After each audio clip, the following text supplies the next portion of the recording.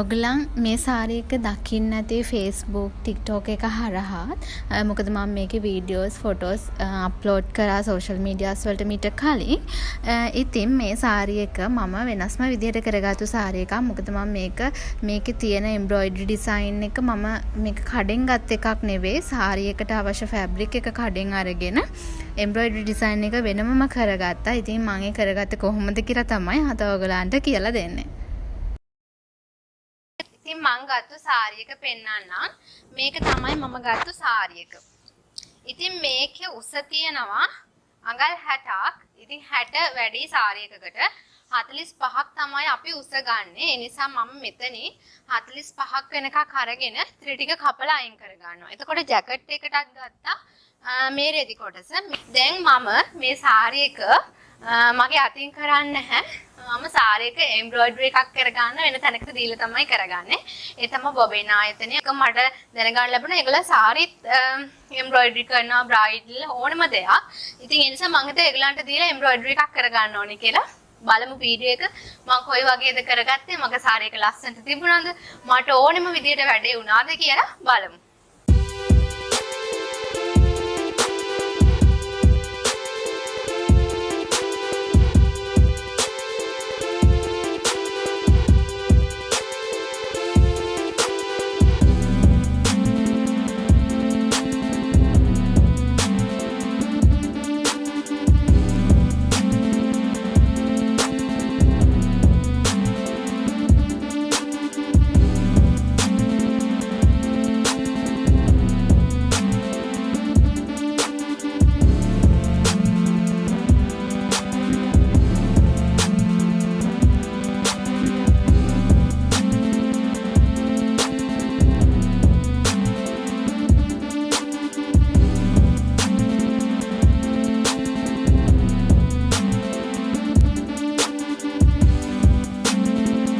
මෙතනදී සාරී එක 45 පල්ල කරගන්න ඕන නිසා පහලින් අඟල් 15ක් කපලා ඉවත් කරගන්නවා. ඉතින් ඊට පස්සේ මම සාරී එක ඇඳලා බලනවා මට අවශ්‍ය ප්‍රමාණයට. ඒ කියන්නේ දැන් මම මුලින්ම ඔයගලන්ට පෙන්නන්නම් බෝඩර් එකක් සාරී එකට දානවා නම් බෝඩර් එක දැන් සාමාන්‍ය සාරී එකේ අපි සමහර තැන් යට වෙනවනේ වාටියෙන්. එතකොට එතෙන්ට බෝඩර් එක ඕනේ නැහැනේ.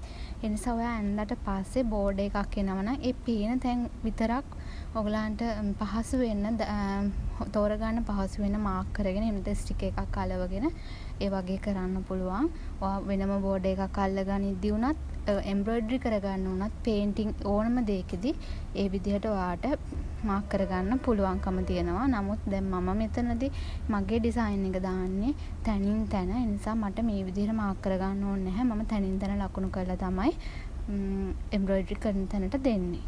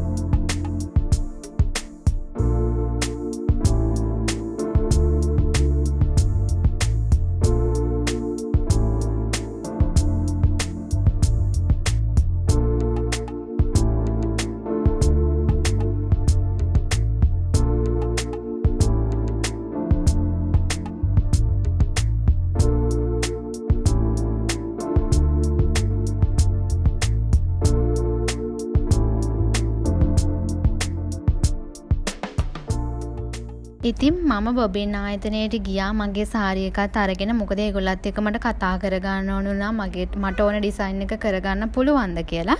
ඉතින් මට ඕන ඩිසයින් එක කරගන්න පුළුවන් වුණා වගේ මේගොල්ලන් ගාවත් ලස්සනට කරපු ඩිසයින්ස් ගොඩාක් තිබුණා. ඉතින් ඒවත් එක බලද්දී මට හිතුණා මොකද්ද මේ වගේ තෝරගන්නේ කියලා. ඒතර මම හිතාගෙන ගිය ඩිසයින් එක මම ඉන්ටර්නෙට් එකෙන් තෝරගත්තු ඩිසයින් එක ඒගොල්ලන් මට කරලා දුන්නා. ඉතින් ඒ වගේ ඔයගොල්ලන් කැමති ඩිසයින් එකක් තියෙනවා නම් කරගන්න පුළුවන්. ඉතින් සමහර වෙලාවට මේ විදිහට ඔයගොල්ලන් කලින් දැකලා නැතුව ඇති මේ විදිහට එම්බ්‍රොයිඩරි කරනවා. මොකද අතින් එම්බ්‍රොයිඩරි කරනවා ඩොමෙස්ටික් මැෂින් එකකින් එම්බ්‍රොයිඩරි කරනවා ඔයගොල්ලන් කලින් දැකලා ඇත්තේ. නමුත් මේක වෙනස් විදිහ අත්දැකීමක් ඔයාටත් මටත් අපි හැමෝටම. ඉතින් අපි වාටියේ මැහුවොත් මේ සාරි එක චුට්ටක් බර වැඩි. ඒකට වාටියේ මැහුවොත් ලස්සන නැහැ, පෙනුම නැහැ සාරි එකේ. ඒ නිසා මම කරේ මේ එම්බ්‍රොයිඩරි එක කරගනිද්දිම මම ඒගොල්ලන්ට කියලා ලේස කට් කරගත්තා සාරි එකේ වට හතරම. උඩ පැත්තයි යට පැත්තයි දෙපැත්තයි ඒ ඔක්කොම මම ලේස කට් කරගත්තා. ඉතින් ඔයගොල්ලන් මේ විදිහට සාරි එකක් කපලා හදා ගන්නවා නම් ඔයගොල්ලන්ට පුළුවන් මේ විදිහට ලේස කට් කරගන්න. ඒ වගේම තමයි ඉතින් ග්‍රැජුවේෂන් එකකට නිසා සාරි එකක් අපි ගොඩාක් ලොකුවට ඩෙකොරේට් කරන්නේ නැහැ. සාමාන්‍යයෙන් ගොඩාක් සිම්පල් විදිහට තමයි සාරි එක හදාගන්නේ. ඉතින් මට කලින් ඉඳන් ආසාවක් තිබුණා එම්බ්‍රොයිඩරි කරලා අඳින්න. ඒ නිසාම තමයි මේ සාරි එක ගත්තේ. නැත්තම් මට ආසාවක් තිබුණා කොටන් පැත්තට ගිහිල්ලා කොටන් සාරි එකක් අඳින්න. එහෙම නැත්නම් හෑන්ඩ්ලූම් වගේ අඳින්න. නමුත් එම්බ්‍රොයිඩරි කරගන්න ඕන නිසා තමයි මම මේ සාරි එක ගත්තේ. ඒ වගේම කලර් එක ගැන කතා කරද්දී ග්‍රැජුවේෂන් එකකට ඔයා සාරියක් තෝරගන්නවා නම් ක්ලෝක් එක කළු පාටයි. ඉතින් ඒ නිසා ක්ලෝක් එකත් එක්ක මැච් වෙන සාරි එකක් ගන්න ඕනේ. දැන් ඔයා හිතන්න ගොඩක් අය ඩාර්ක් බ්ලූ වගේ සාරි එකක් ගත්තොත් ක්ලෝක් එක කළු පාට නිසා අපේ ෆොටෝස් වලට එහෙම කැපිලා පේන්නේ නැහැ. දැන් මේ සාරි එකේ පික්චර්ස් ඔයා දකින්න නැති මේ සාරි එක මේ විදිහට තිබ්බට ෆොටෝස් වලට හරි කලර්ෆුල්. ඉතින් ඒ නිසා මම හිතුවා මේ සාරි එක තෝරගන්න කියලා. නමුත් මට ඒක ඇඳලා පස්සේ හිතුණා ටිකක් yellow කලර් එකක්, pink කලර් එකක් වගේ තිබ්බනම් ඒත් හොඳයි නේද කියලා හිතුණා. ඉතින් ඒ නිසා ග්‍රැජුවේෂන් එකට සාරි එකක් තෝරගාදී දේවලුත් බලන්න ඕනේ. ඒ වගේම තමයි අදාන ගාඩ්ලයින් එක වගේ කැම්පස් එකෙන් වලට හම්බුනේ ගාඩ්ලයින් එක.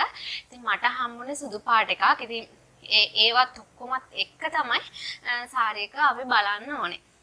ඉතින් ඒත් එක්කම කියන්න ඕනේ සාරි එක මම එම්බ්‍රොයිඩරි කරගන්න දෙන්න නම් මම බොබින් එකට ගියා. මොකද මේ ගියේ මට ඕන ඩිසයින් ඒවල් සිලෙක්ට් කරගන්න ඕන වුණා. ඒගොල්ලොත් එක්ක කතා කරගන්න ඕන වුණා. මොකද ඉස්සරහටත් මට අදහසක් තියෙනවා මේ වගේ සාරි කිහිපයක් කරගන්න. ඒ නිසා මට කතා කරගන්න ඕන නිසා මම එහෙට ගියා. සහ මේ ගිහිල්ලා මම ගන්න සාරි එක ගන්න ගියේ නැහැ. ඒගොල්ලෝ මට ඒවල තිබ්බා කුරිය කරලා. අද උගලන්ටත් ඒ වගේ මොනවා හරි තියෙනවා නම් වෙඩින් එකකට ඔයාගේ ෆ්‍රී ෂූට් එකට කරන ඩ්‍රෙස් එකට එම්බ්‍රොයිඩරි කරගන්න ඕන නම් මේගොල්ලන්ට කතා කරන්න පුළුවන්. මම ඩීටේල්ස් ඩිස්ක්‍රිප්ෂන් එකේ දාලා තියන්නම්. ඉතින් ඔයගොල්ලෝ ඇඳුමකට දැන් ඔයා බිස්නස් එකක් කරනවා කියලා හිතන්නකෝ. ඇඳුම් බිස්නස් එකක්. ඔයාට ගවුම් වලට එම්බ්‍රොයිඩරි කරගන්න ඕන නම් කට් පැනල් එක තමයි ඒගොල්ලන්ට යවන්න ඕනේ. ෆැබ්‍රික් එක නෙමෙයි. ඔයා කට් කරලා ඔයාට අවශ්‍ය තැන ඒගොල්ලන්ට කිව්වම දැන් ඔයා හිතන නෙක් එකට නම් නෙක් එකට තමයි එම්බ්‍රොයිඩරි එක ඕනේ කියලා ඒගොල්ලන්ට කිව්වහම ඒගොල්ලන් කරලා දෙනවා. ඒ වගේම තමයි ඔයාට ඕන ඩිසයින් එක ඒගොල්ලන් සිස්ටම් එකේ පන්ච් කරගෙන ඉතින් ඒක ගැන ලොකු අඩියක් නැහැ. ඒගොල්ලන් සිස්ටම් එකට අරගෙන ඒක ඩිසයින් එක ඒගොල්ලන්ම හදලා සිස්ටම් එක හරහා තමයි කොහොම හරි එම්බ්‍රොයිඩරි එකේ මැහෙන්නේ. ඉතින් ඒ නිසා ඒගොල්ලන්ට පේනනේ හරි ලස්සනයි සාරි එක ගොඩාක් ලොකු වර්ක් එකකට ගියෙත් නැහැ. පොඩි විදිහට තමයි මම මේක කරේ. ඒ වගේම තමයි ඔයගලන්ට මම කලින් කිව්වත් වගේ ඔයාගේ වෙඩින් සාරි එක ඒ දේවල් ඔයාට ඕන විදිහට කරගන්න ඕනේ නම් මේ විදිහට එම්බ්‍රොයිඩරි එකක් කරගන්න පුළුවන්. ඉතින් ඔයාට අතින් කරගන්න පුළුවන්කම තියෙනවා නම් මේ වගේ දෙයකට යන්න ඕනේ නැහැ. නමුත් සාරි එකකට වගේ දෙයකට අපි අතින් කරනවා නම් ලොකු කාලයක් යනවා. ඉතින් අපේ ඉවෙන්ට් එක තියෙන්නේ තා මාස දෙකකින් නම් අපි ඒ මාස දෙකකින් වගේ ලෑස්ති වෙන්න ඕනේ. මොකද සාරි එකක් කියන්නේ ගොඩක් ලොකුයිනේ. ඉතින් ඒ නිසා ඒ වගේම තමයි ඔයගොල්ලෝ බේෂීට් කොට්ටෝරේ ඒ දේවල් කරනවා නම් ඒ දේවල් වලට උනත් මේ විදිහට එම්බ්‍රොයිඩරි එකක් ඔයගොල්ලන්ට කරගන්න පුළුවන්. ඉතින් මේ වීඩියෝ එකත් එක්ක රැඳිලා හිටපු ඔයාලා හැමෝටම ස්තුතියි. ඒ වගේම මොනවා හරි මේ සාරී එක කරගන්න ගැන ප්‍රශ්නයක් තියෙනවා නම් ඔයාලට මොනවා හරි අහන්න දෙයක් තියෙනවා නම් අනිවාර්යයෙන්ම පහලින් කමෙන්ට් එකක් දාගෙන යන්න. ඒ වගේම මම බොබින් ආයතනයේ විස්තර ඔයගලන්ට ඩිස්ක්‍රිප්ෂන් එකේ දාලා තියන්නම්. ඒගොල්ලන්ට කෝල් කරලා විස්තර ඔයගලන්ට දැනගන්න පුළුවන්.